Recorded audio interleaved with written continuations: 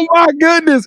Kevin, what it do, fam? We are back at it like Hoops Addicts. Welcome back to episode 5 of Inside Colorado Basketball, presented by Uprise. I am your host, the mouth of the South, B. Jones. My partner in crime on the side of me. He's back. Kevin, welcome back. Did you enjoy your vacation? You enjoy your time off? You left me here by myself last week. Oh my goodness, man! I was in the background rooting for you, man. I had a sandwich. I was hungry that day. I had to eat. I didn't want to get on here and pass out in front of our lovely family of Colorado, but it does feel good to be back. Eat on these basketballs because we got so much basketball in store for y'all. The beautiful Box State, known for big-time basketball, big-time playmakers. You guys have been a treat. And today, we're going to pay the treatment back. Last week, we did the playoff spectacular where we broke down some of the season matchups or pre-tournament matchups. And it has lived up to the crown, KT. Before we get to to all of the amazing conversations and some of the breakdowns we got for both the girls and the boys today, I want to make sure we show some love to our sponsor, Uprise Hoops. This show, Inside Colorado Basketball, is presented by Uprise Hoops. Listen, if your mission is to get better, that's what Uprise is here. Their mission is to help you, help players, help teams to rise to the highest level through showcase events, recruiting, representation, player development, and consultation. That's right. These guys are all about helping you to get from where you are right now to where you want to be. It is their specialty, and Uprise has been doing this for numerous years. If you've been watching the show, they got countless testimonies to tell you how amazing this program is and what they're doing for the state. So listen, get to where you want to be. Hashtag rise to the highest level. To learn more, visit Uprise Hoops at uprise.com and schedule your consultation today. Let's get it going. Why wait another second? All right, Kevin, we paid the bill. We paid the bills. So today we got something special lined up for you guys. We got Michael and Jhett Wells of Fruita Monument, Ryan Garland from Colorado Hoops, and Matt Langley from Basketball Colorado. I cannot wait to dive into this one, B. Jones. So, like we like to do on Sports Live Talk, you got next. Buckle up and let's get this show started, B. Jones. Let's go! Oh my goodness. I'm hyped today, ladies and gentlemen. We have been all over the state of Colorado, and I'm going to tell you, y'all have not disappointed just once. One of the biggest things I've learned about this state is not that y'all just play amazing basketball, but it is truly a family affair. We've introduced y'all to several other families, and now we get to do it one more again. It's time to take off. Somebody warm up the jet, ladies and gentlemen. It is all Wells, as we have got the head coach and his son, one of the dopest hoopers in the state of. Look at him, Kevin. He looks serious. Now look, Jhett. Hey, Jhett, we're not trying to play you one-on-one, man. Just take it easy on it. Y'all make some noise for Wildcat Nation in the building. We got the head coach, Michael Wells, and his son, Takeoff Jhett Wells. What's up, fam? How y'all doing today? We're doing great, man. Thanks for having us. Hey, they are coming off a massive win in the 32 to kick off the playoffs in the state of Colorado. We're going to talk a little bit of Fruita Monument today. If you hadn't heard of that name before, buckle up because it is real deal basketball. You know, I want to do this before we talk, Kevin. I know we're going to introduce, but Coach, who was number 35 on the team? Who was number? Thomason, Flight 35, DT. Hey, I knew he had a nickname, Kevin, because every time I watch the highlight, I call him Big Thump.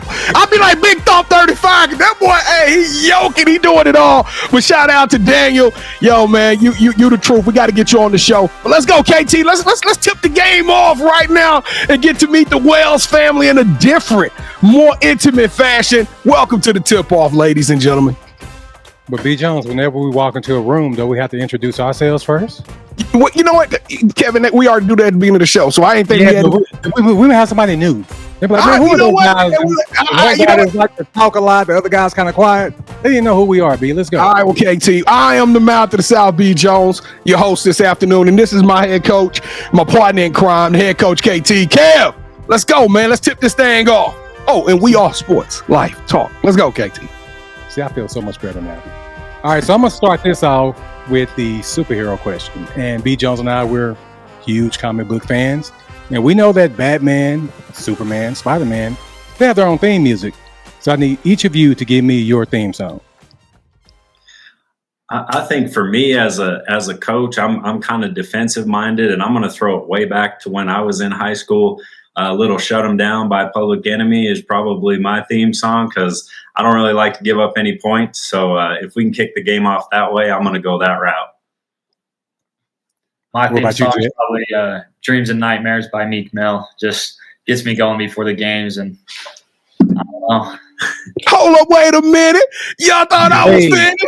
I love that track. Jones, going back to the Public Enemy, I shut them down. You remember that one? Yeah, man. I wasn't a huge Public Enemy fan, but yeah, that was a famous track. All right, so now we're going to get back to the whole family dynamic. So, Coach, what's the most rewarding part of coaching your son? I think for me is just especially in games like the other night, you just have a really good seat to sometimes get to be a fan.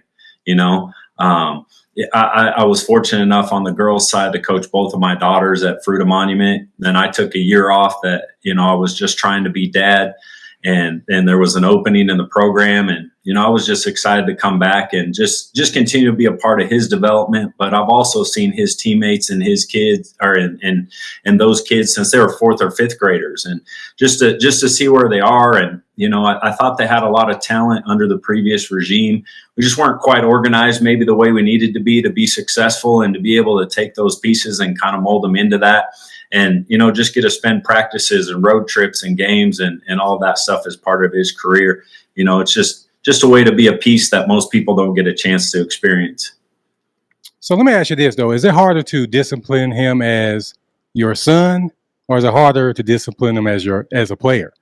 I think probably as coach, because everybody's watching what I let him get away with or what, how I handle certain situations and stuff like that. When I'm at home, I just got to hear from one person, and that's the boss, but, I got 1,800, 2,000 people watching one of our games. And so I think that's probably harder, than anything in my mind. All right, Jhett, what's it like playing for your dad? I mean, it's a great feeling. I've loved it so far. And he always wants the best for me. He's always pushing me to be the best. And like you said, everyone's watching what's going on between us, and I just feel like that makes me want to push harder and just even makes me want to work harder. So do you feel any extra pressure, him being your dad and your coach? I mean, maybe a little bit, but it's at the end of the day, I'm just wanting to go play basketball, and we just get it done on the basketball court. So, all right, so speaking of playing basketball and getting it done on the court, Jhett, what is that pair of sneakers that you love to play in? Ever since my freshman year, I played in the Sabrina 1s, and then this year I played in the Sabrina 2s. So it's just my favorite pair is the Sabrinas. All right, Coach, what is your favorite pair of sneakers to coach in? I come from back in the day, so I always got to have a pair of Jordans to coach in. So, got a few different options to roll through the closet, but I gotta represent the GOAT, and I got to have MJ on the sideline. Now, Coach, normally I would let you get away with that answer, but we need a certain pair. What is your favorite pair to play in? There's so many pair. I think, what do I got, the 11s now? Yeah, so I'm going to go that route because it's been good this year. All right, Coach, I'm sorry about that. Don't make me run lines. I know I had to get a little strict just then, but I apologize. All right, B. All right, the ball has been tipped off. It's in your hands, so take it away, man. Let's go. I'm excited about this one because as on this journey, I didn't really know anything about Fruita Monument. All I know is these rankings come out every week. And if we look at the last weekend rankings before we went into the playoffs, that was a sneaky little team in that number 10. Matter of fact, if you watch last week's episode, I asked Matt Langley a simple question. I said, who's a team that can shock you? And who do you think can make some noise? He said, hey, quiet as kept. Fruita Monument can pop somebody. and so it was kind of like at that point, I had to go focus my eyes on what this team is doing. And y'all did not disappoint to kick off the playoffs. And I'm going to tell you what, Coach, you say everybody's watching how you raise your kid and how you discipline them on the sideline. They need to shut up. The boy on fire. The boy, I don't care what. Hey, look, I wish I would have been the next day talking about something. I would have let that boy shoot. Because this man, you were playing like an absolute madman. Shout out to you, Jett. First and foremost, y'all watching the kid. He's sitting down. He's 6'3". He's silky smooth with it, but it's the leadership. It's the leadership on the court that caught my attention, Jett. For those of people who hadn't seen you play, they might have caught the highlights like I did of you dropping 36 in the opening round of the playoffs. But Jett, tell everybody a little bit about your game, man, when it's takeoff season.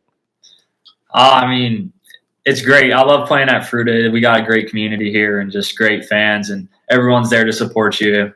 And honestly, when we go to Denver, we don't see anything like that. But part of my game, I like to shoot the three, as you could have saw in the Liberty game if you were watching. But I mean, I feel like just being able to lead my team is just a true blessing. It was 8 of them, wasn't it? It was 8 threes. Yeah. Now wait a minute, Coach Wells. Coach Wells, you said you were a defensive minded team, and I'm watching these highlights. Y'all high flying, y'all running the court. Now you know what? I will say this. A lot of the offense came off of transition, off of defense. I saw a lot of turnovers that spawned, and that thing got out of control pretty quickly. But when you see your son cook, and he got to hitting it like the way he was hitting it, and y'all see the picture, that's actually a picture from the game. The boy was on fire. He was pumped up. What do you say to yourself, Coach Well? Because I told you before the show, was at one point a play happened, and you went, ooh, you was kind of shocked yourself, Coach. I was, we've seen him catch fire and do some pretty special things in some games, but he had a few shots he hit in the first quarter, and then I think he scored 8 points in like the first minute of the second.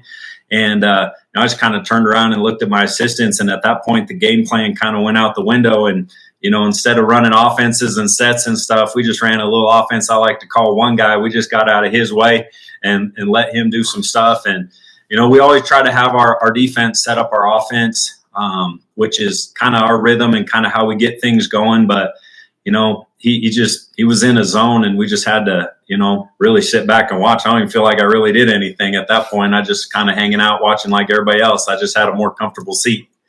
Jett, did the fans get you kind of going, Jett? Because Kevin, that thing was standing room only. I was impressed with Colorado. I'm talking about y'all had bleachers up to the top.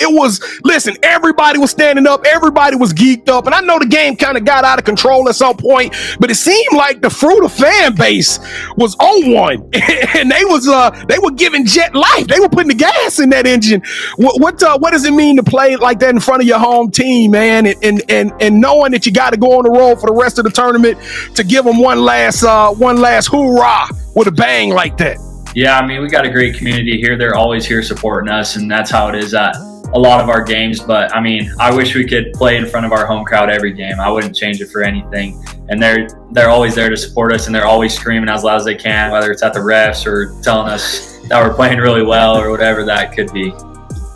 Well, y'all did y'all thing. Shout out to you. Now, Coach, does this team have a little bit of a chip on their shoulder? I know you're ranked 10, but to me, 10 is almost like y'all left the door open and we allowed to come in right after everybody. Are you looking at that team and telling them like, hey, it's time to shock the world? There's some big team names in this thing. Y'all got Valor down the road and Rangeview, and we all heard about how Mountain Vista's offense is one of the most prolific offenses, fast-paced in the country.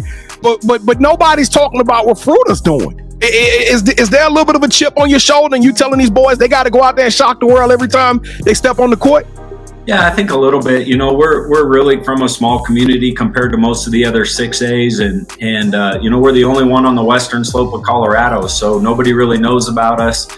We try to do our best in the summer and in the preseason to go over there and compete with the big boys, but we feel like we have a really good program, and obviously it's nice to have people travel 4 hours to us to play in front of our environment and that sort of thing. But to win the deal, you got to go beat good teams on the road. And, we feel like if we put our pieces together the way we know how, we can compete with anybody. And, we're trying to earn respect at this level. And that comes by getting deep in the playoffs and having some success. And, we made a little bit of a run last year, but you got to sustain it. And, you got a team like Thunder Ridge who's in it every year. This is how you earn that respect, is you got to go into their place and beat them, and we're hoping to be able to do that. Now Thunder Ridge they on the list too.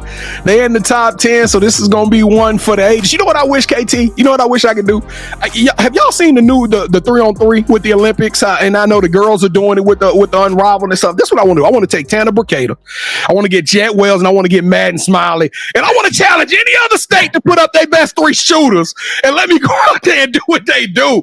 Coach, what is it like seeing your son play amongst some of the best players in the state? And when I name those the Bricadas and the Smileys and all of those, what does it feel like having that much talent in the state, Coach, and looking around and being like, this is real deal and nobody talking about it?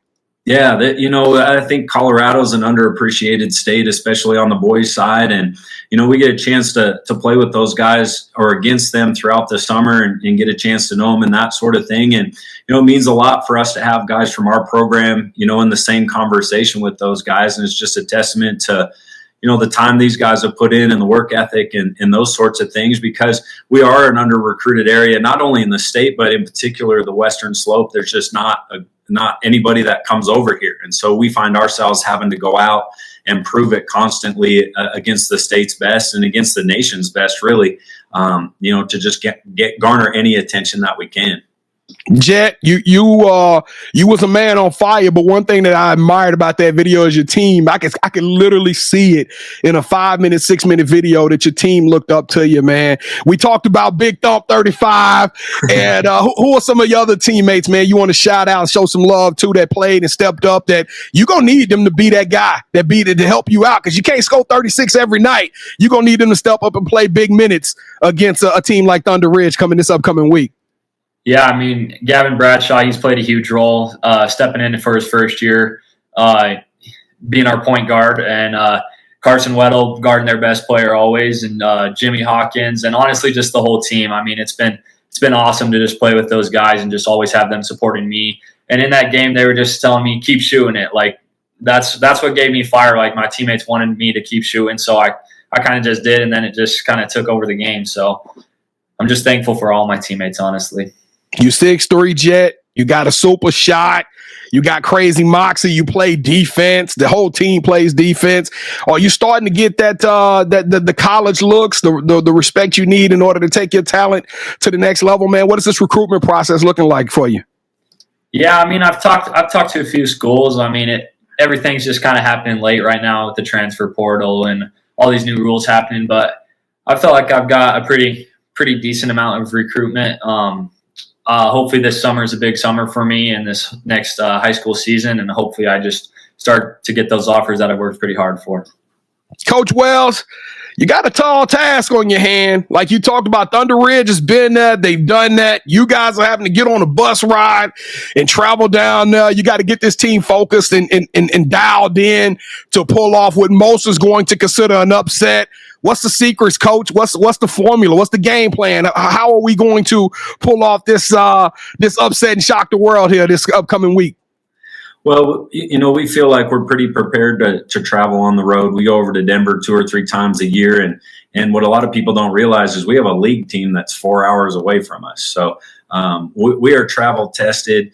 The big thing is just to go in and handle the environment first and foremost and understand they're going to have a big crowd and there's going to be a lot of anticipation and nerves and all those sorts of things. But, shooting comes, offense comes, defense travels, right? So we got to do what we do on the defensive end. That gets us in a rhythm offensively. Hopefully you can get some easy buckets. And once you're tipped and through that first couple of possessions, man, it's just a basketball game. It's X's and O's. And it's guys, playing the way that we played all year. And, we feel like our best is good enough, even against a really good Thunder Ridge team, to get a win. So if we do those things, I like where we're at. And if we don't, you go home this time of year anyway. So that's the key. Get over there and get after it. Now, Jhett, I love the answer. I love asking this question to guys who kind of had that look in their eye like yourself. It's one thing to play in front of Fruita Monument and getting the crowd all raucous and loud, but what is it like to go on the road and hit a dagger and to look at that other crowd and go shh and knowing they get quiet, man? What is it like to get on that road and bust somebody's head and pull off those big shots? It's a great feeling. I love how they're always just chanting, and then you hit a big shot, and then, like you said, the crowd just goes quiet. But we Thunder Ridge, they were at the Coliseum last year before we weren't even playing Thunder Ridge, and they were chirping at us when we were just sitting there watching the game before, just saying stuff to us. So I know that they'll have a huge crowd, and I know they'll have a big student section that'll be chirping us at the game too. But I mean, hopefully we can hit some big shots and just silence the crowd, and then it's just basketball from there, like you said. Well, we're rooting for you. I can't wait to see this game. I can't wait to see how it play off. You know, before the show, Kevin was messing around with us, and he asked a question. He was talking about the dad-father scenario, and he kind of piqued my interest. And I was thinking of a Dale Curry and a Steph Curry versus Michael and Jhett Wells. Who's a father-son dynamic duo that y'all would like to play against or get that opportunity to even meet and shake hands, man? Yeah, I think that's a pretty good one. I do know there'd be 3 good shooters in the gym and 1 not, and that would be me. He gets that from mama. Oh, the moms can shoot? Mom's a shooter. Mom's a player in that deal, yeah. So we might have to invite her along so we stand a chance. Now, Mama Wells, what's her first name? Because we got to Real Wells with the shot, huh? With the jump shot. So real quick, the show Inside Colorado Basketball is presented by Uprise Hoops. Brian Burton and the team have done a phenomenal job in the state of Colorado. They got us learned. I'm telling you, this is quickly becoming my favorite state in basketball form and throughout all the states. So, Coach, y'all tell us in your own words, what kind of impact has Uprise had on the Fruita Monument team, the city, and in the entire state of Colorado? It's been huge. You can't even measure it for someone like us. I mean, you go, a couple of years ago before we had any Uprise events, I would wager that most of the people on that side of the state didn't even know where Fruita was. And it certainly, we didn't have any footprint in the recruiting world. So for what Ryan and the Uprise team have done is they put us in play. To have a footprint, to have kids that are recruitable and just opportunity that we never had before. And it's just really been immeasurable for us at this point. Hey, Coach Wells, thank you for your time. Jhett, man, we rooting for you, brother. And we know y'all got a tall task in front of you, but it means a lot to stop down for Inside Colorado Basketball and give us a front row seat in of what's going on. Thank y'all so much. Listen, we're going to get out of here, but we got to get y'all to say the magic word. Y'all know what it is. We're going to say yeet on 3. Y'all ready to do this? Yep. 1, 2, 3. Yeet. Let's go. Kevin, did the temperature rise up a little bit in this thing? Because Jhett Wells is hotter than a fried fish right now. He out of some fish grease. That boy is a absolute monster. Shout out to Wildcats Nation. I'm rooting for you guys. Shout out to Coach Wells. I love the energy that team exudes on the mic. And trust me, we've heard nothing but amazing things about that program off the record. But it's time to talk about some girls basketball. If you were here with me last week, I got gully. I got bold.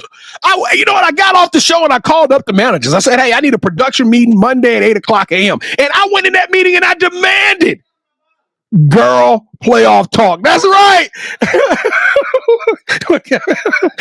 I know the producer's like, set us a meeting with Mouth. Yeah, you got another meeting coming, so just know. All right, no, for real though. We promised y'all was gonna bring y'all some girls basketball. Let's kick it off. We got one. I didn't know this dude knew so much about the women's basketball scene in Colorado, but let's do it like we true to it. Hey, here we go. I got Ryan Garland of Colorado Hoops. Colorado, welcome back to Inside Colorado Basketball Hoops, presented by Uprise Hoops. We are back with a very familiar face, a friend of the show. We told y'all when we had him on, we was going to get him to come back. And this time it's in a different capacity because we was first trying to learn a little bit more about the state, trying to learn a little bit more about Ryan and his impact and what Uprise is doing and how he plays a role in this conglomerate. But now the stakes are raised. The situation is different, y'all. It's playoff time. We just got finished with the first round of the playoffs, and like I told y'all last week in the playoff spectacular, as we march on, we gonna talk some female basketball, and that's why we brought in my guy, the guru. Welcome back, Ryan Garland at CO Hoops 5280 on X. This guy is a guru. He is the owner of Colorado Hoops Basketball Scout, coloradohoops.org if y'all want to see some of his impressive work. And thank you so much for stopping down in the midst of AAU season is. I know you got a lot of stuff going on right now, so I'm super excited for you to be our tour guide today. KT, you ready to do this, man? You ready to talk to women basketball? I'm always ready for B. Jones. Whatever we're going to talk about, I'm ready. Just know I'm ready. Let's go. How much hate mail did I get last week for just talking boys basketball? I'm curious. I wonder how many people lit us up for that one. But hey, this is for y'all. Everybody who was disenfranchised last week. This interview is for y'all. Let's kick this thing off, Ryan. What was your take from week one, or from the first 32, the second round of the tournament? I know we went through a play-in. We got to this point where it was 32 teams left standing, and now that the smoke is settled, we got a Sweet 16. What was kind of your first takes on what transpired last week? Man, I mean, I think for the girls' side, there's a few teams that have been the favorites throughout the season. They've shown after that first round of playoffs that they're still looking like some of the favorites coming in.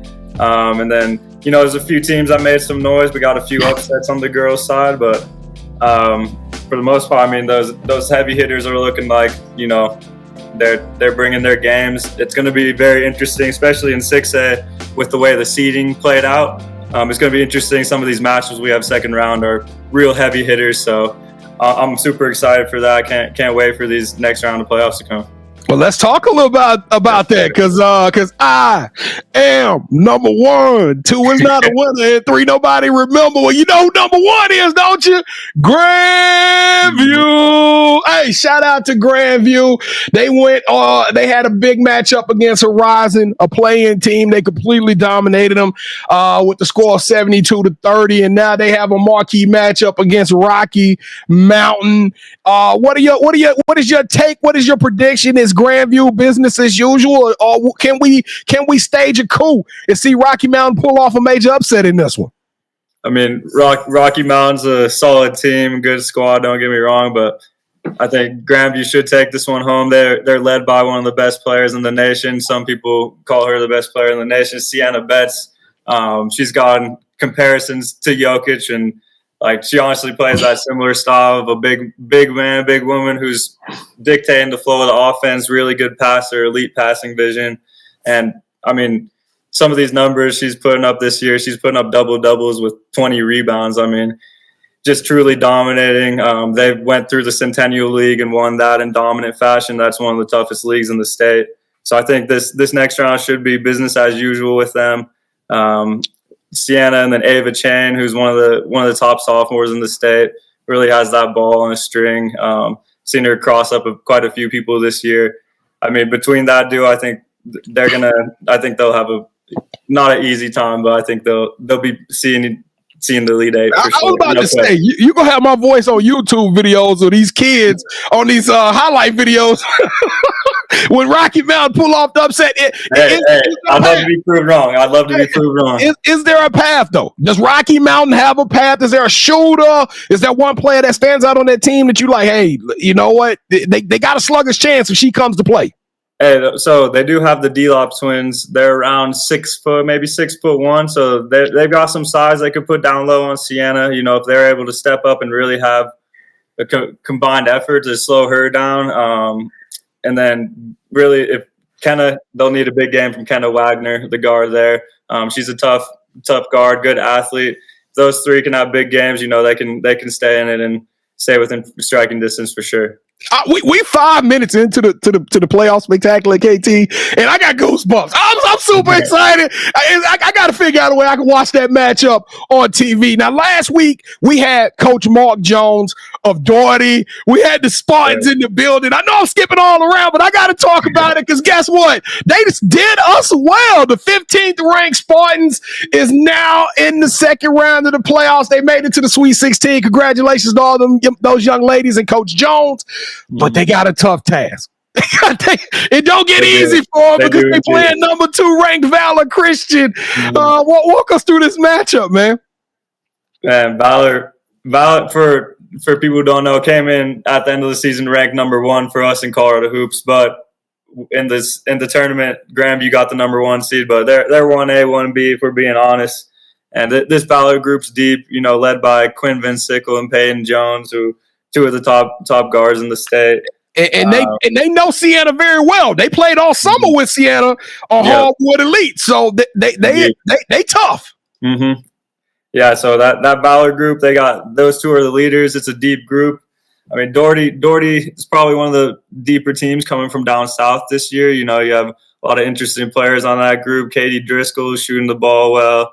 You got Leilani Donald, who's an interesting athlete, good defender. So they have a group. I think they'll be a team to look out for these upcoming years. Some younger teams on that group. But if they come to play, I know they got some other shooters like Bree Manzanares. I've seen them hang with some teams this year, so Valor can't come into this one, you know, thinking it's going to be a cakewalk. They'll definitely have to come with their A game. Speaking of A game, we talked about Sienna, we talked about Van Sickle, some of the best players in the state, and we can't even continue the conversation. We're going to talk about some of the elite 5 stars that are represented in the state of Colorado. We got to head to Riverdale, isn't that right? We got to head to Riverdale Ridge, where one of KT's favorite basketball players in the state, Brianna Crittenden, and they made it. They made it to the Sweet 16, and when you got a 6'3" player like herself who can dictate and dominate and play out on the wing, she can play up front, she can bring the ball down, she can play in the post, she can do whatever she want to do, and there's not too many kids that's gonna have something to say to oppose her in opposition. What does their chances look like from an upset fashion against number 3 ranked Broomfield? They definitely got a chance. I think Riverdale getting the 14 seed didn't make a ton of sense in my opinion. We got them up in our top 10, but going up against Broomfield, I mean, Broomfield, if you haven't seen them, they're maybe the biggest team in the state. They got the Gilpatrick sisters, Reese, who's a 6'4" freshman, Paige, who's 6'2", I believe, 6'2" junior. Paige is a little more skilled, can get that ball moving around, plays a little bit out on the wing. So those two down low, Sydney Deem as well. Really big group, so they'll have some size to match with Bree. But Bree, I think if they're able to pull her out, see how she can face up against some of these players, that's what they can look for. But yeah, Riverdale's an interesting group. Shea Visual's been playing really well lately, shooting the ball well. Chloe's been playing well on the defensive end. So this isn't your typical 3 versus 14 matchup. This is probably might be the best matchup and one of the best matchups in the second round. I mean, these are two top dogs going at it, so that this is a huge game to watch. Should be a good one. Well, Ryan, we're gonna round out the top 4. Before you continue, you know that's my favorite player. Yes. Next time we need to lead the show with her. Well, continue. Go ahead.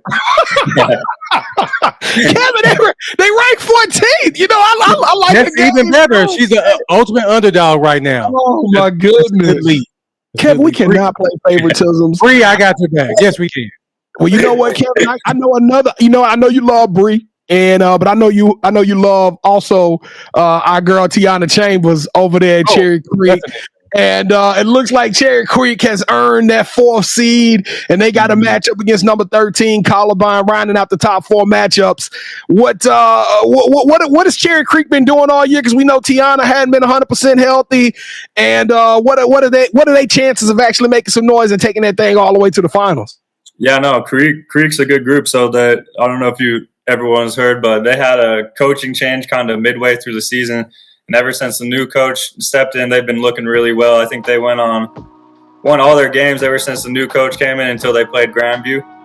So they went on a really, really good winning streak. Looked like they've been playing well ever since that new coach came in. But it's senior-led group. They are led by, 4 seniors, Sophia Ball, Tiana Chambers, as you said, Braylon Barnett, and then Molly Derigi, I believe is how you pronounce the last name. They have that group of 4 seniors, and then some other solid players around them, like the London and Paris Taylor, Addie Beck, and then one more sophomore, Ari Board, I believe it is. So they got a really deep group there, a lot of talent, a lot of players who can handle the ball. So they're going to be an interesting group. They do have Columbine, who's coming out of the Jeffco 6A, who challenged some of those teams in the Jeffco 6A, and they've got a good group. It's mostly juniors over there, led by Jordan Washington, who's been playing really well. She can score from all 3 levels. So I mean, Columbine, they got a chance to test Creek in this second round. I think it's going to be an interesting game, but I would put my money on Creek if I had to choose one.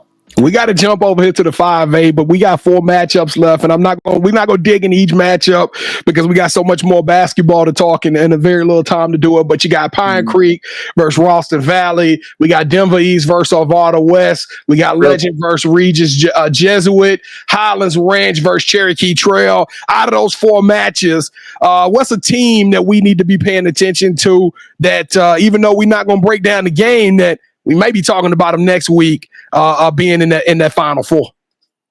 Well, I'll start off with just a quick shout out to Ralston Valley. They had a big upset. They went out to the Western Slope and beat Fruita, so traveled 4 to 5 hours out there to beat them. And Fruita, top 10 team for 6A this year, so huge win for them. That'll be interesting matchup against Pine Creek. But if I had to choose one out of those teams, you're putting me. That's a tough spot, B. That's a very tough spot. That's what this show is all about. This is the conversation we need to be having in the state of Colorado because there's so many amazing teams. Yeah, like these two, the matchups, Legend and Regis, and then Highlands Ranch and Cherokee Trail. Man, those are 2 dogfights of games. Whoever's coming out of there has a chance to make some noise. I'll say whoever comes out of the Legend versus Regis matchup, I say we'll have a chance to make some noise against Valor in that Elite 8 game.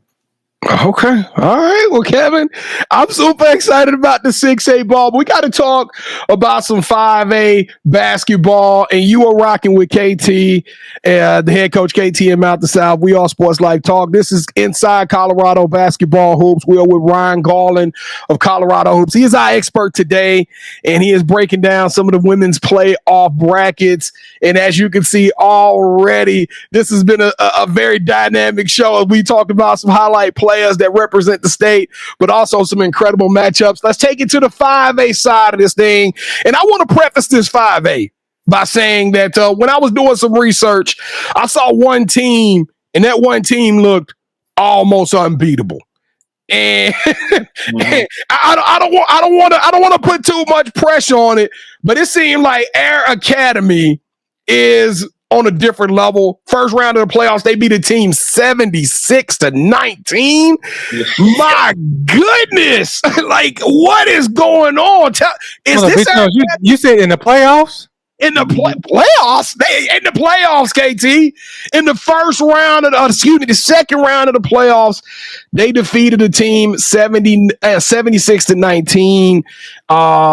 You got to tell us about this Air Academy team. They the number 1 seed for a reason. I'm assuming they haven't lost the game, and I'm assuming it's going to be much of the same as we move forward. Yeah, they've been the real deal this season. This group, I mean, they have 4 players are going to play college at the next level, who some of the best prospects in the state right now, honestly. They're led by Kinley Asp, who's a junior who put the ball on the ground as one of the quickest first steps in the state. Next to her on the perimeter is Lydia Flowers, who is heading to Regis next year. 6-foot guard / wing, can really shoot it well. And then down low, Tatiana Brown's been really playing well. She's heading to Kansas next year. High motor, 6'2". Can really play. But yeah, this group, I mean, they've gone undefeated. They beat a top 6A team like Pine Creek and really handled business in that game. And honestly, I was at that game, and there were some times where Pine Creek was within fighting distance, but it really looked like Air Academy had a hold on that game. So they're going to be interesting coming in. They're definitely got the target on their back coming in as that 1 seed undefeated. They're going to be a tough group to beat. I think there's a few teams who will have a chance in this 5A once it comes closer to the end. But, yeah, they're the team to beat for sure. Well, you talked about Ralston Valley, a 21 seed who pulled off an upset.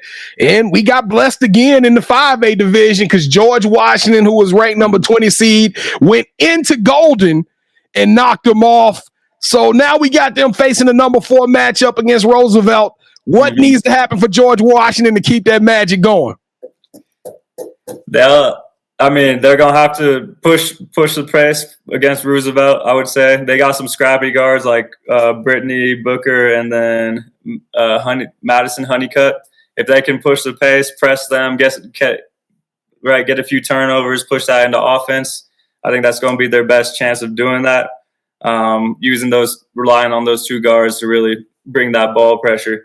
But I will say that is in our playoff preview, that is one team who I chose as a dark horse. I said they could go get that first round win. So you got it I'll right. pat myself on the Yeah, I back. was about to say, you got it right. You got it right.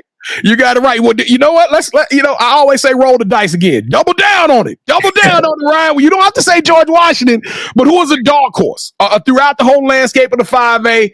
Who was that dark horse that you're looking forward to making some noise? Because we got some crazy matchups. You got a number, I think that's a 19 Falcon team going over to Windsor, 11 Lutheran going up against Mullen.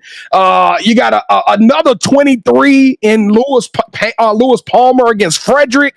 So you got some I guess I don't want to call them lopsided, but we got some upsets that came out of the first round that are now getting that opportunity to play against some big names in the second round. Mm-hmm. Who's that dark horse? I'll be honest. If I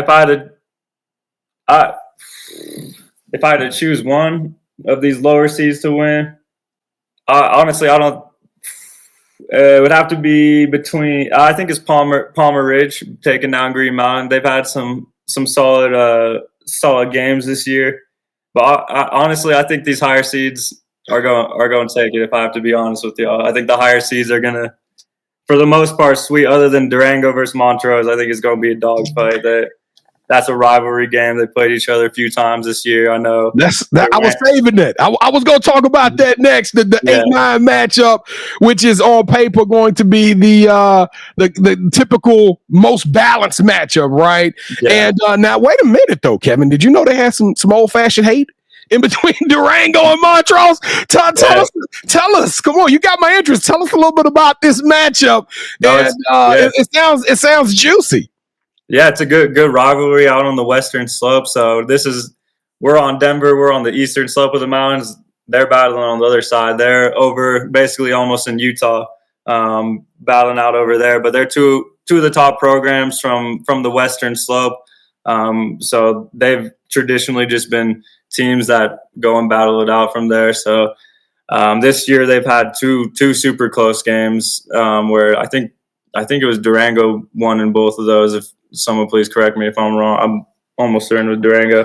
But yeah, that should be a good one. Those gyms are always packed for that matchup. So should be great environment for that Sweet 16 matchup. Now, we talked about the number one seed in Air Academy, and when we talked about 6A, you were talking about how it was a flip-flop, right? And I know Air Academy kind of is on a plateau by themselves, but we got to show some respect to number 2 because they earned it the whole way throughout the season, and that is Meade. They got a matchup against number 16, Thompson Valley. Is this Meade team the truth? Can at the end of the day, if we see a 1 versus 2 matchup in the championship, does Meade have a shooter's chance, or are they real deal? They got a shot for sure. They're not as big as some of these other groups, but they're got a lot of quick guards and wings who can move it. They play good team basketball together. They cut really well, which I like to see, moving without the ball. So this group, I think, has some better chemistry maybe than some of these other top teams up there, led by Maddie Clark, who's only a sophomore. She's been really impressive this season. A few other players who can handle it. Darby Haley's impressed me with her ability to set up some other teammates. So that they're an interesting group to watch out for sure, hailing from up north this year. So it's a give and a take. I'm one of those guys who I love watching March Madness because you always root for the 16s to beat the 1, and you always root for the 15s to beat the 2 because you won't play. You want anarchy. You want complete anarchy. But at the end of the day, I'm also one of them guys that when the championship games come up, I want like 1 versus 2, 1 versus 3, 2 versus 3. I want like a really good matchup because I don't want a lopsided affair. And where I'm going with this is that you guys have had a lot of upsets, and I'm talking about number 10 and 9 and some big time teams, programs that were top 10 programs got knocked off in the first round of the playoffs to where now you get a 20 George Washington, a 23 Lewis Palmer. Is this a testament how good the state has just gotten, how the lower teams have kind of caught up with some of the bigger names in the state? I mean, it's interesting with our reclassifications recently with the 6A being added. I mean, there's a lot of shiftings with that. I mean, there's groups who are slept on, who show that throughout our state, there's depth throughout a lot of these players and a lot of these teams. So, yeah, I mean, there's a lot of good ball out here in Colorado. It's not just the top teams who you're expecting to go out there who are going to win each night. We got about 4 minutes left, Ryan, and I know we weren't planning on talking about some of the small schools, but let's jump right on into this 4A real quickly. You're with Ryan Garland, Sports Life Talk, Inside Colorado Basketball, presented by real quick before we move on. If I got a few comments on some 5A teams. Hey, let's talk. Let's go. Talk to us about it. That next round potential matchup between Mullen and Windsor would be a huge matchup. Mullen has a lower seed than some of these other top teams, but they went through the gauntlet of the Centennial League this year, so they were playing Creek, Grandview, CT throughout their league schedule. So they're going to be a tough group. They got a lot of size. And then I'd say that potential Roosevelt Green Mountain matchup is really interesting to me. You got obviously Kyla and Ryan coming from Roosevelt, but then Green Mountain's this young group on the come up who's been playing really well, played well in Jeffco this year. Led by the junior guard wing player, Canton Pearson. Got some length. I mean, they're an interesting group to me who has maybe some more depth than some of the other teams that are more top heavy. I tell you what, if we could get unscathed through this Sweet 16, I can't wait to see the Elite Eight, man. So what is it? The Elite Eight will be played on what day? What would that be, next week, or would they play that on Friday of this week? They would start the Elite Eight, if I'm not mistaken, for the girls would be this weekend. It's Friday or Saturday, one of the two. Yeah. They don't have the dates. They don't have the dates on the website. I can see that the Final Four is going to be March the 13th, and I'm praying that Kevin and we can get up there to Colorado to be on March 15th for Championship Saturday. That would be absolutely amazing. But let's take it over to 4A, my guy. We got some big time teams. Number 1, University. Number 2, Timnath. So, Timnath. So, talk us through 4A basketball. Who are some of the teams we need to watch and pay attention to? I mean, those two for sure are going to be the top two. Timnath they're a newer school. It's kind of a newer area up north near Fort Collins, a new suburb that kind of just popped up. So, I believe it's only the third year they've been a school. Someone correct me if I'm wrong, third or fourth year. But, I mean, they got some talent on the girls' side. They've been competing with some of the top teams in the state, no matter the classification. So they're a super interesting group. I think coming into it, I think University is definitely the favorites for 4A.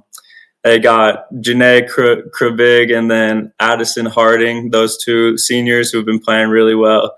They're both bigger players. Janae is 6 foot, and I think Addison's around the same height. But they both play kind of a perimeter wing role. Addison can go down low or pull out. So those two really make it interesting in the 4A.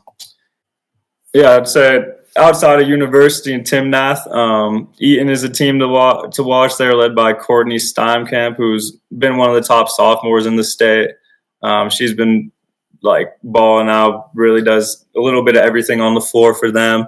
D'Evelyn's an interesting team. They haven't had the strongest schedule this year, but they've won a ton of games. They're a group who has shown they can go deep in the past, so they'll be an interesting one. And then one of the 4A teams who has a McDonald's All-American is ranked a little bit lower, but, I mean, they can go out and beat anyone on any given night. That's peak to peak. They're led by Alex Eschmeyer, who's 6'5", I believe, 6'5", can really shoot the ball from outside, plays inside and out a little bit more on the outside, but she's a tough matchup to prepare for. I mean, one of the biggest players in the state and skilled player. Oh, my God. Hey, 4A hype, 5A hype. I know Courtney, she's been a player of the week before, so I remember her. Yeah. So we got 1A, 2A, and 3A, and we don't have a lot of time. Are there some teams, are there some players to watch from those lowest classifications, Ryan? 3A, I would say watch Resurrection Christian. They're the 3A favorites for sure. They're led by Olivia Klein, who's heading to Dort next year. And she runs the show there as the ball handler, has a good group around her. They're the favorites in 3A. I definitely watch them. Yeah, for for small schools. Strasburg has been an interesting team in 3A. They've had some games where they came back, and I was like, okay, they got some game. Strasburg is an interesting one to look for. The lower classifications, Simla is a fun school. They're down at the 2A level. Carly Cox has been playing really well for them. Yeah, and then lastly for 1A, the favorites down there I would say is McClave. That's a group who's led by Abriel Gomez, who's been really balling out. I mean, that team's faced some tough 2A and 3A teams and really more than held their own. So I think coming into the postseason for 1A, they're the team to beat for sure. Hey, well, Ryan, we got to get you back next week. I want to know some of the dogs who've been playing some lights out basketball for the playoffs, because next time we talk to you, we will be preparing to go to the finals. Now, where's the championships held? Is that in Denver, Colorado? Where are they? Yeah, it's at the Denver Coliseum, which is like our industrial district condo. It's like near Commerce City. It's the north side of Denver, so. Well, you know what? We are super excited about, like I said, KT and I, we trying to make our way up there on Championship Saturday. So I can't wait to lay hands on. Is it cold up there right now? Because I need to know. Do I need to it honestly warmed up this week. It was chilly last week, but we're back up in like 50s, 60s today. So Kevin, back up! Like, my goodness, it's for y'all that's chilly, huh? Yeah. Yeah. All right, Ryan, man. Thank you for being with us, brother. Y'all make sure y'all go follow Ryan at CO Hoops 5280. Y'all check out coloradohoops.org, the website. This is the man behind all of those amazing highlights and players of the weeks that we've had. And we're going to have plenty of more. So we're going to be bringing y'all way more highlights as the show continues. We got spring session coming on here pretty soon. Ryan is going to be a very intricate part of what we're doing over here at Inside Colorado Basketball. Ryan, thank you again, man. Good luck with Collective. And you know what? We might have to get you next week. So we'll talk to you next week as we prepare for the Final Four, my guy. We appreciate you. Appreciate you guys having me. All right, Ryan. All right, Kevin, well, I'm not wasting no time. If you love girls basketball, then that probably was a treat and not a treatment. The hairs on my arms up. The energy is amazing. I can't wait to catch a first-class flight. We coming out to the Colorado. Hey, you got 5-star players. You got McDonald's All-Americans. You got classic matchups. You got upsets. It's looming. Girls of all you want. Let's take it to the boys. We're going to do that. We brought them back. That's right. For all of you who watched the playoff spectacular from last week, we got Matt Langley back in the building. Let's go. Matt Langley, talk to us about 6A and 5A boys playoff brackets. Inside Colorado basketball. Hope all is well. We are back, y'all. This is going to be part 2 of the playoff spectacular. Of course, as y'all can see, joining us today is the basketball Colorado guru. Y'all can follow him at bball_Colorado. Well, that's CO for the abbreviation. We got Matt Langley. We call him Maniac Matt after last week. This dude he was throwing some crazy predictions out. He was heating up the airwaves, and I can't wait to see what we got in store for this week. Let's jump right on in for the sake of time, Matt. Let's go, man. Let's get it cranking. I got a question for you to kick it off. Okay. What shocked you over the weekend? What shocked you from what transpired since we recorded last time? Round 1, round 2, the play-ins, round 2, we down to the Sweet 16. What shocked you early in this playoff so far, my guy? I wouldn't say, well, here's the big thing. Like in 5A, we didn't do a whole lot on 5A last week, and that's okay. But there were more, quote, upsets in 5A. And a lot of that has to do with just how our leagues are set up, and it's a whole conversation that just gets me going, and I want to take out our CHASA board members and say, look, this isn't how we do like, it's a whole thing, but we got 25 minutes, so I can't go down that road. But it's very frustrating because you end up having 3 different classifications in the same league, and no one's really getting a true test of where they are. So when you go and you play like, oh, this isn't like, for example, Horizon in 6A They got beat by Overland, and I even called that an upset because Horizon was supposed to be a top 10 team. Right. Overland goes in and beats them at their place, but if you look at their league, Overland plays in the Centennial League with Smoky, Eagle Crest, Grandview got a win, and I think I might have missed. I mixed some teams up there, but Grandview beat Horizon, Overland beat.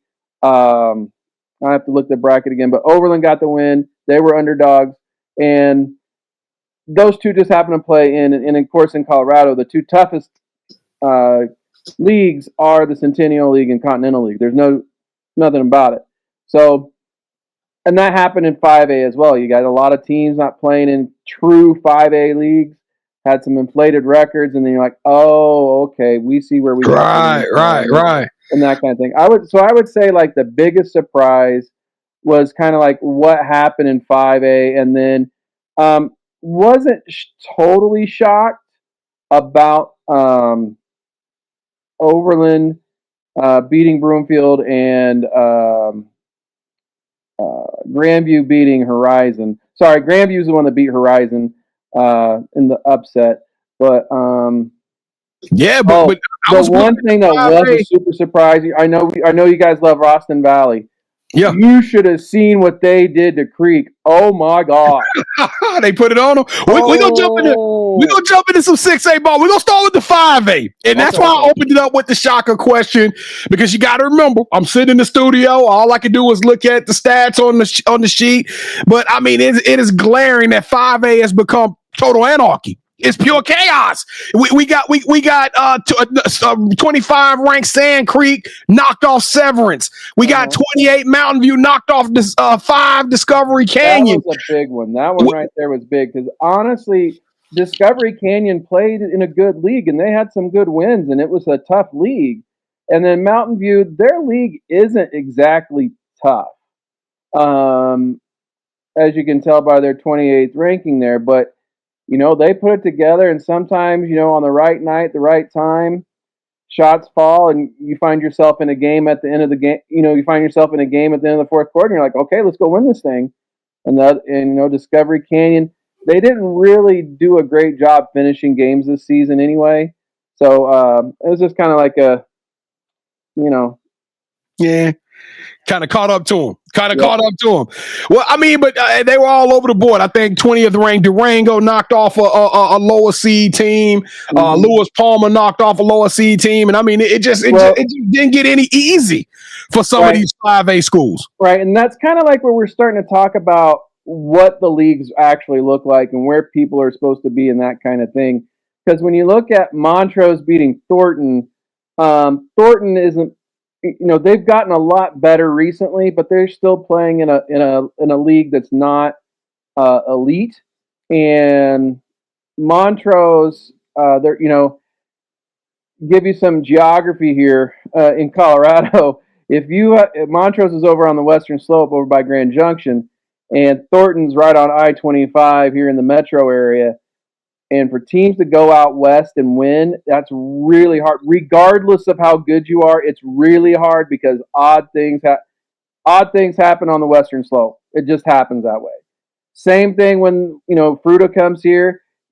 They're going to come play Thunder Ridge tomorrow night, and there's going to be some, like, you know, western slope metro area stuff going on. They're going to be like, no, we don't do that. You know, it's going to be that whole thing of, you know, they might feel like they didn't get a fair whistle or something like that might show up. So yeah, we're gonna talk about at least from the fans. The fans, you know, not the coaches. The coaches would never do that. But the fans will have that perception. So, and then when we look at, you also mentioned, and Durango, the only team that they, not Durango. Yeah, Durango beats Durango. Yep, they beat Rampart. Yep. And then, you know, that's a big win for them because they had to come over and get that and earn that win. But Montrose and Durango, they're both in the same league. Montrose has beat them twice already, and really in their league, the Fruita's in their league. So that's another one of those mixed classification leagues that's done by, you know, location and so on and geography. But those teams were tested because Fruit is good. So, and then on the other side, for 5A, you mentioned Lewis Palmer getting a win over Meade. That's not a huge surprise. What's been a surprise about Lewis Palmer this year, and to update you guys a little bit, Lewis Palmer historically in the last, I would say, since I've been doing this here in Colorado, 15, 20 years, is one of the best programs record-wise and state championship-wise across the state. And they have the Scott brothers. You may have heard of Josh Scott. He was at CU, one of their big-time all-league players. And his brothers, they had like 4 Scott brothers come through, and they were all Division I basketball players. And there's, it seems like each year they've had a Division I basketball player to lead them. And, state championships aren't uncommon, but the past couple of years it's been a little down. They haven't quite had the those type of players come through, but they're very well coached. It's a program that just understands what winning is. So to see, and they've knocked off the top teams in their league this year. They knocked off a Discovery Canyon. I think they didn't beat Lutheran, but they took them really close to the wire. Cheyenne Mountain, they beat, like all these teams that are supposed to be really good in their league.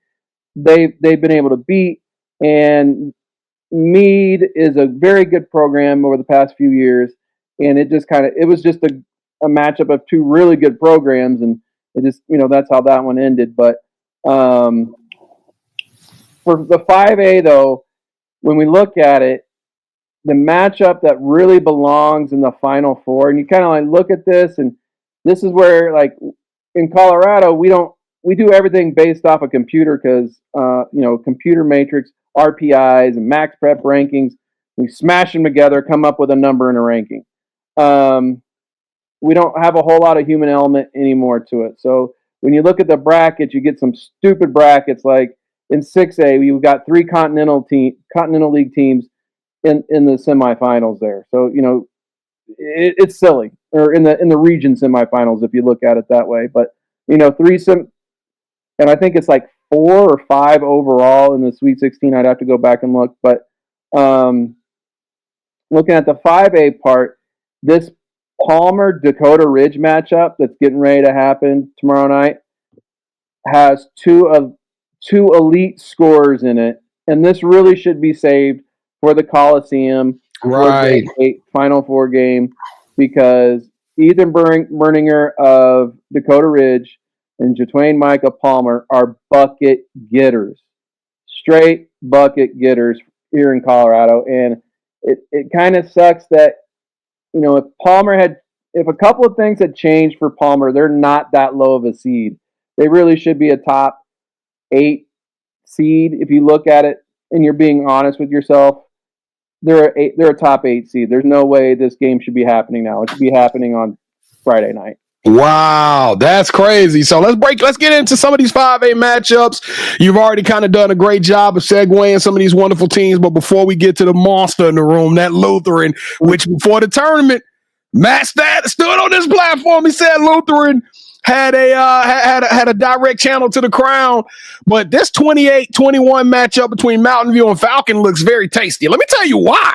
Neither one, they had to overcome obstacles. We could call it miscalibration of bracketeers, and they figured they got it wrong, but somehow both of these teams have managed to win upsets and to find their way into the Sweet 16. So I got to ask somebody like you, who's a pundit, who you study these teams, you study these players, you know what time it is. How do you go into a game like this and get a prediction out of you, Matt Langley? You don't. I think a 28 versus a 21. Like, what planet? Like, what Disney movie am I watching here? You know what I mean? Exactly, and it kind of goes back to like the calibrations and so on. Eagle Valley, they had a great season, but they're not a top 10 team. They just weren't.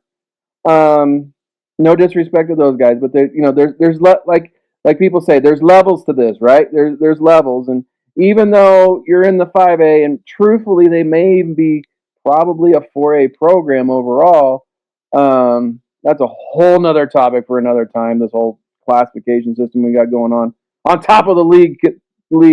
It's a mess. I think that's where we run into that kind of stuff, because if you look at Falcon, they played a tough schedule. Mountain View, they've had some good challenges as well. I would probably lean more towards Falcon simply because their schedule's been a little harder. They played some tougher teams. They hung with Mesa Ridge there for a while. But I really like. I think I like Falcon in this one. Okay. Well, let's get to the elephant. Let's get to Lutheran. You've been a big I don't want to call it a cheerleader, but you've done your job. You've made sure you recognize the real and the greatness that Lutheran has brought. And you're not alone, Matt. You're not alone. Every ranking we see, every media outlet we see, they have shown love to this Lutheran team, and I'm assuming that's for justifiable reasons. They got Green Mountain, so I mean, it's like, hey, everybody's done what they were supposed to do to get to this point. It's a 1 versus 16. That's what the Sweet 16 is, right? Right. And I think I'm more of a Mesa Ridge cheerleader, because I think, if you're going to be the man, you got to beat the man. Lutheran's incredible. I don't take anything away from him, and I think if there's justice in this world, we will have a Lutheran Mesa Ridge final. But Green Mountain won't be an easy thing for Lutheran to beat. Green Mountain has this multi-sport stud named Simon Lunsford, who is a stud. He quarterbacked their team to I think that's 4A in football. Again, classification stupid here. Colorado. We got only 5 in Colorado for football, but we have 6 for basketball. Another thing, another time. But he took Green Mountain to the semifinals, I believe, of the state football playoffs, but he got hurt.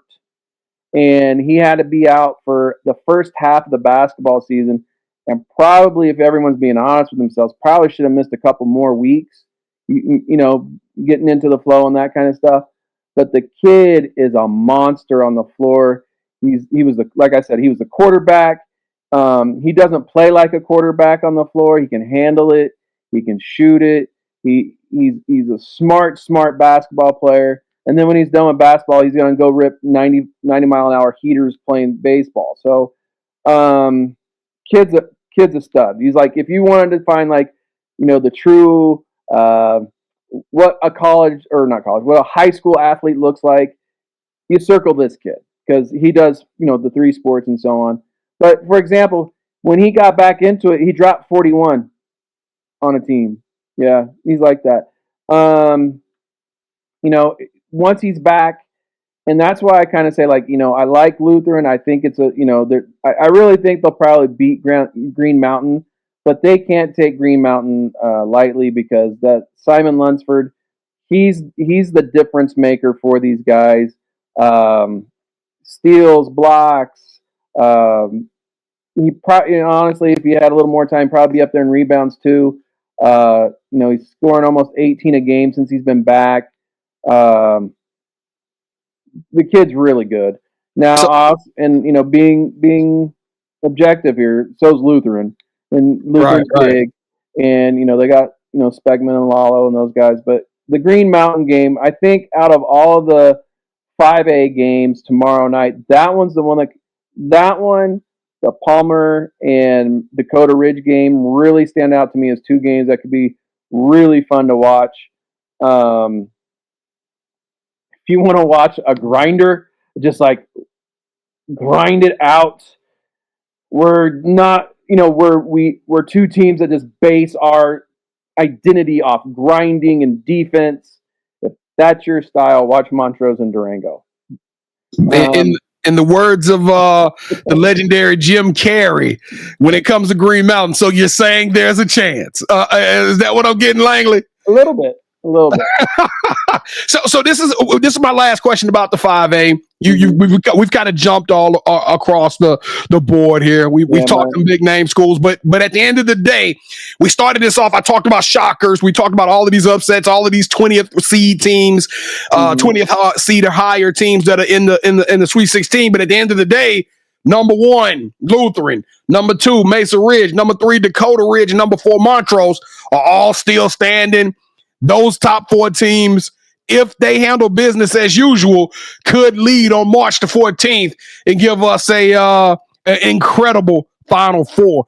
Anything, because next time we see you, which will be next week, Matt, we will be prepping people for the Coliseum. That's we will right. be talking about we'll be talking about Final Four basketball. So do you see any reason why we won't see those big 4 monsters face off 1 versus 4, 2 versus 3 in the Coliseum on March the 14th? Yes, because our grade 8 is going to be really, really good. When they get together on Friday night, because again, when you look at all this, I would say Mesa Ridge doesn't have an easy game. Like Mesa Ridge this year, they don't play easy games. I mean, they do have a time where they can blow teams out. You know, they beat Central by 14 or whatever, but their games are going to tend to be closer, and they're going to have, they're going to have to work to get back to the finals. So, like, if they end up having to play a Windsor or a Longmont again, or if they have to try and slow down Berninger or Jatwain Mike at Palmer, because Mesa Ridge and Palmer played earlier this year, and both games were like 1-bucket games, and they were coming down to the end kind of games. So, for that, I would say the only shocker would be for me. I don't know, because you look at Lutheran. I think Lutheran makes it to the Final Four. I think when we look at the 5A, that bottom bracket there with Durango, Falcon, Mountain View, I would think Durango's supposed to be there. I would think, but that's a wacky bracket, man. That's some stuff going on there. Kevin, I got hype. At first, the girl, we talked girls earlier in this show, and they had me excited. And now I got excited about the boys basketball bracket. This thing is going to be total madness. Let's jump right in to the 6A. You are watching Sports Life Talk. We are here with Matt Langley from Basketball Colorado. You're watching Inside Colorado Basketball, presented by Uprise Hoops. 6A. Now, early in this show, we had Jhett Wells, we had Coach Michael Wells, we had the Wells family. They came on in. They put it on for Wildcat Nation, and we had opportunity to learn a little bit about Fruita. You talked about this Thunder Ridge matchup, and I'm gonna tell you, I'm sick to my stomach. I can't be there. This is where I need to start catching flights and not feelings, Coach, because this thing seems like it is going to be absolute pandemonium when these two teams meet. Break that game down for us and do our guy, Jhett Wells, who's one of the most grimiest. I'm talking about the kid as moxie. I want to see him with Tanner Bricada and Smiley, and see them 3 kids play some 3-on-3 against another state. But what are you seeing coming out of this game, Matt Langley? Dude, you should have seen what he did to Liberty. Oh, we saw it.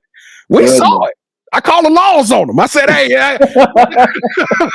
I got a report an assault. It took place in Fruita Monument." And we were I was on Friday night. I was doing like my own like command center. I tried to have all 16 games up, trying to see what was going on. And oh my gosh, I felt bad for Liberty because they just couldn't get anything going, and Jhett he was just a monster that game. And when we look at Fruita versus Thunder Ridge, in my preview I talked about Fruita. This isn't going to be something new for Fruita, okay? Because one, they went to the grade 8 last year. They've been in the big time for them. Coach talked about ironically enough, we had him on earlier on our podcast to start the season, and he talked about for Fruita and Western Slope teams, it's getting to the Coliseum. That's the banner in the gym. That's the thing that's important, right? And to have a good showing, and right now for them, with the way that their team is constructed, and they have Daniel Thomason, who's a D2 power forward, jumps fairly well, almost out of the gym. He's a difference maker for him, and so is Jhett. And the teams really come together. And when they came over right after Christmas, late January, they played a back-to-back of Rock Canyon and Chaparral, who Rock Canyon at the time was a top 10 team. Chaparral was like number 4 or 5, I think, on my rankings. And so this was like for them, I told Coach, I was like, Coach, what are you doing? Why are you doing this back-to-back? He's like, well, it's how the schedule is, and we can't really keep coming back 4 hours each way to play teams.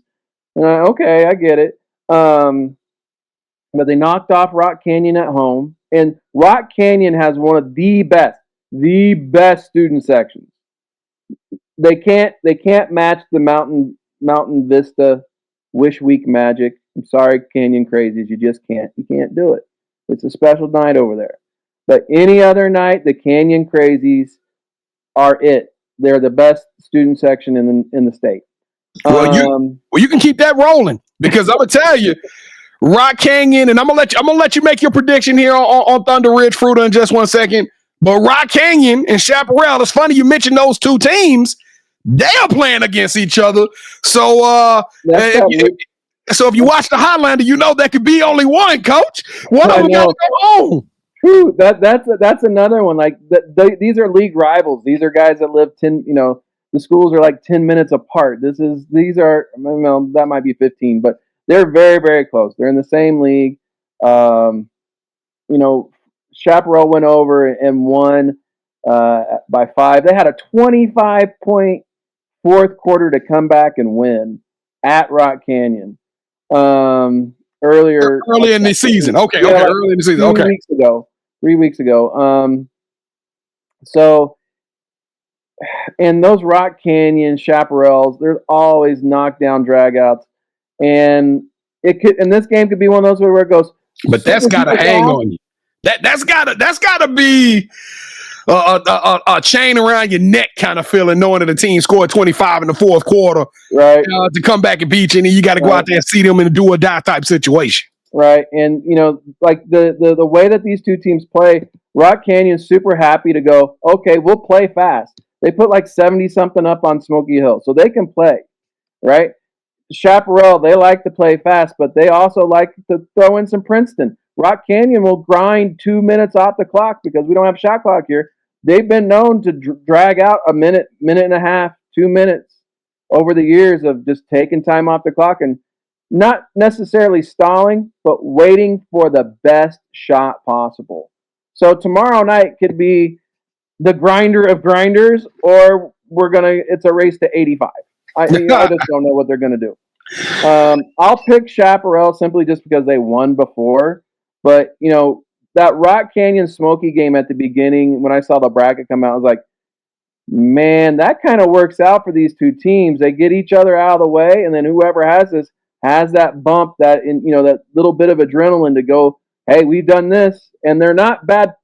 Smoky and Rock Canyon over the years have been really good programs. Rock Canyon's been seems like a fixture in the Elite Eight for a decade. So, and so Chaparral, I think, I was talking to Coach Ronert last night. He's been there 6 years, and 5 out of the 6 years they've been to the Elite Eight. Wow. So it's a good program. Same story with Fruita, right? Been there, done that, got that experience. Who you calling it for? Because it's going to be a 10-7 matchup. You stood on there. I asked you who was that team that could shock the world, and you call Fruita. I got to give it to you, Coach Langley. You said Fruita last week, and true to form, Fruita goes out there and handle business. The thing with Fruita is I don't know if their role players are ready. I wouldn't say ready, because Thunder Ridge, they don't have a Jhett Wells. They have really solid to good guards. They're not Jhett. Okay, I'm just being honest. They're not Jhett, but they're very well coached. Thunder Ridge, I think they're 2 years removed from being back-to-back state champions. Put out D1 kids, for a couple years in a row. I mean, they're legit. Last year they were in the semifinal. No, they were in the finals against Valor. So, it's a very successful program too. I just don't know if Fruita's other guys can put it together one more night. Sound like you. I like number 35. Big Thumb, number 35. I think he called it Daniel. Yeah, so I like him. You think he gonna be the air up there? You know, the air already. He can get up there. The only problem is Thunder Ridge has a 6'8" kid named Drew Payne. That's really my goodness. He's a big time player. Major Pain. Okay, we're going to check him out. He is a major pain for opposing teams. It sounds like you're calling this for Thunder Ridge, Coach. It sounds like you're going to break everybody's heart who's watching this episode, and you calling it for Thunder Ridge. If you could see the inner turmoil that's going on in my brain right now trying to pick this game, because my heart wants to pick Fruita. It does. My brain's going, Matt, you probably should pick Thunder Ridge. So if I'm going heart pick, it's Fruita.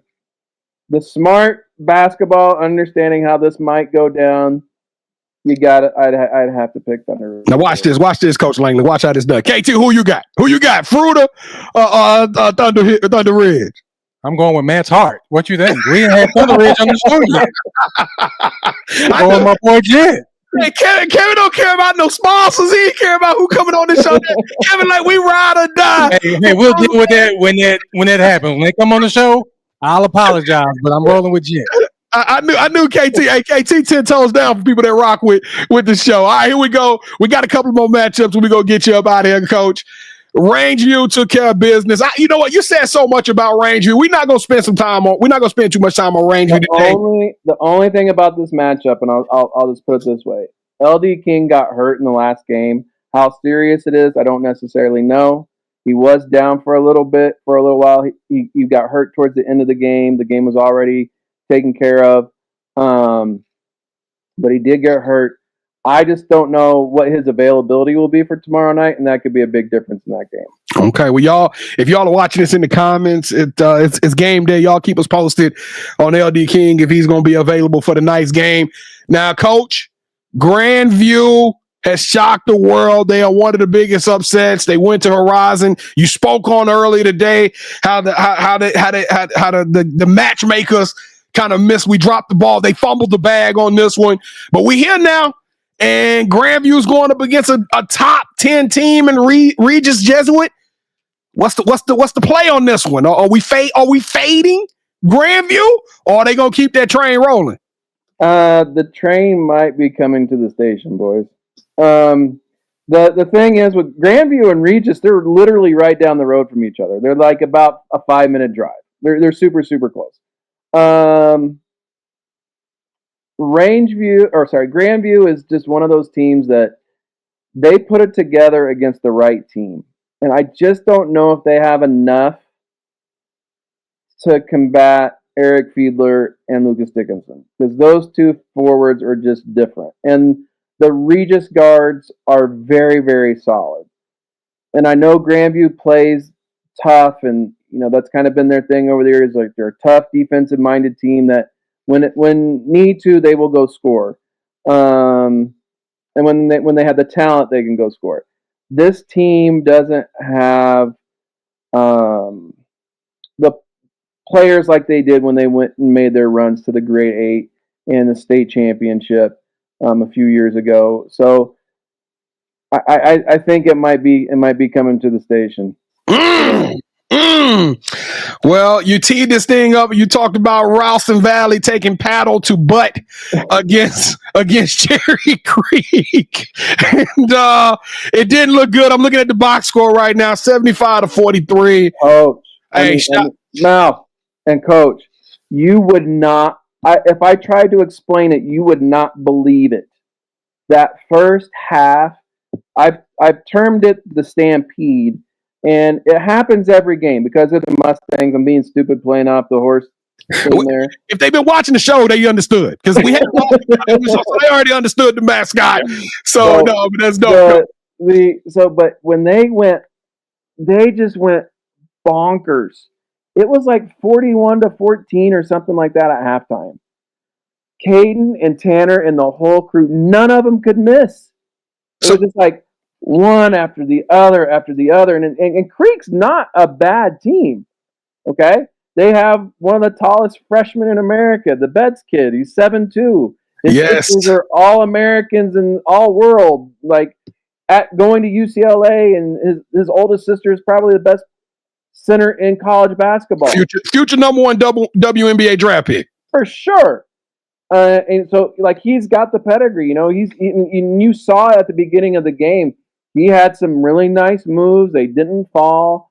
The Hammond kid is legit. He's going to be a D1 basketball player. All of his other brothers were D1 basketball players. He's legit. And you could almost see these guys go, are you kidding me? This is how this game is going to go. And it was just like Tanner, bucket. Caden, bucket. Frank, bucket. Zeke, bucket. And it was just, Caden, 3 buckets. Bang, bang, bang. Tanner, bucket, bucket, bucket. Zeke, bucket, bucket, bucket. It just kept coming. And I honestly, it felt like they hadn't missed. It was just this massive stampede that I haven't seen a team do to another team that is as good as Creek. It was amazing. That's just how good of a coach. That's how good of a coach Coach Mercado is. That's just how cold he is. I'm just.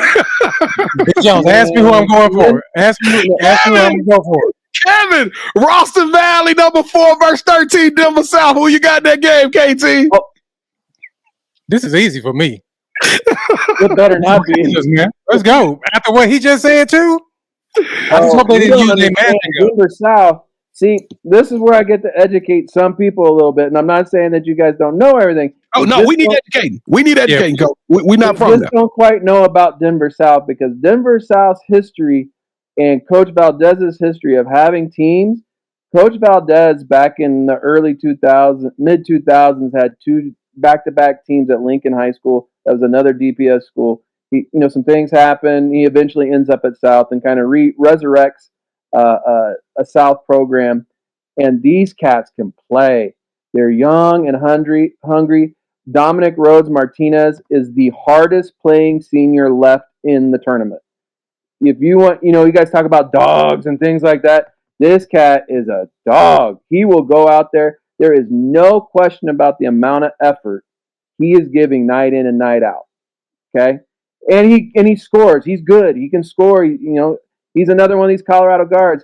He didn't hit a hype matrix, and now people are like, I'm like, dude, he competes and he gets after it. I don't know how you don't want this kid. And he makes shots. He's not he's not like Steph Curry where all this shot's just beautiful. No, the kid makes shots and he makes buckets and he's going to beat your team's ass. That's what he's going to do. And they have Damian Durden who can shoot the lights out. They got a couple other kids that are just up and comers. And this game, because of the style that they play, they do this 2-2-1 press. They don't back off all night. And if Tanner and Caden can handle the press, they'll be okay. But if they can't, and they're doing, because Coach Valdez, when he was at Lincoln and his really special Lincoln teams, they just dogged people on defense, a lot of energy, just get out and go.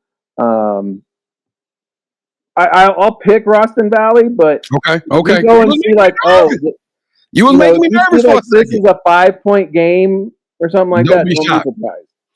All right, Coach. Well, last question, and we're going to get out of here because in an ideal world, we did this with the 5A. We know the top 4 is still standing, but I'm going to put a different angle on this one because we got that number 5, and it goes to your point. The defending champ is still in the champ is here. We got Valor sitting there right now. They got a matchup against Arapahoe, but we can see 5-on-4 Ralston Valley versus Valor Friday night. And this thing, to make it to the Coliseum is about to get sticky. It's about to get real sticky. We could get an Eagle Crest versus the one out of the Thunder Ridge Fruita Monument. I don't know. I'm feeling some kind of way. Coach, tell us what do you predict for this Final Four? Who you got? Jeez, the Elite Eight is going to be just a massive bloodbath. I hate to use those kind of terms with high school sports, but this is just going to be so stupid. Each game when we get to the Elite Eight is going to be, or Grade 8, is just going to be an epic matchup, and there's not going to be a crappy game in there. And that's what we want, right? We want the best of the best, and this is kind of goes back to my thing of like Valor and Roston Valley shouldn't be in the same bracket. They need to be on opposite sides of the bracket. The same thing with Rangeview and Grandview, or Rangeview and Georgia playing each other for the third time, and it happens in the Sweet 16. This is stupid. All right, let's that kind of thing. So if I had to pick, my Final Four would be Rangeview. I'm stupid for doing this. I'm gonna pick. And I mean stupid because I don't like betting against Cole Shearer. It's a bad play. Right. Just don't do it, right? Well, I'm going to go against him, and I'll pick the Burkita brothers. Woo! And then on the other side, let's go. Man, that's Mountain Vista Chaparral. Woo! I'll take Mountain Vista, and then Eagle Crest Thunder Ridge at the Great 8, beating the hell out of each other again. Oh my gosh, you got Barger and Payne, and you got Nettles running past those guys. Fine, Eagle Crest. Show them the brim to the hat again one more time, Coach. I want to make sure they can see it. Basketball Colorado. Y'all hit them up at bball_CO if you got any problems with the predictions. Also, y'all get up KT too, because he's sassing as well. He got y'all come on, bring it. Real talk though. Thank you so much for joining us, Matt Langley. We appreciate you, man. Get ready for one more. We got one more time. We got to do this, sir. And then guess what? Guess what me and KT gonna be in the house. We coming for Super Saturday. Awesome. We're going to be in the building, so we can't wait to meet all of the people in the beautiful Box State. Coach Langley, thank you for joining us today. We'll see you next week on episode 6. Man, awesome, thank you so much for having me. I really appreciate it. We'll talk to you later, Coach. Later. Man, this has been a little bit longer than what we thought it was going to be, but it was well worth it. I hope y'all enjoyed the ride tonight. Kevin, did you have a good time?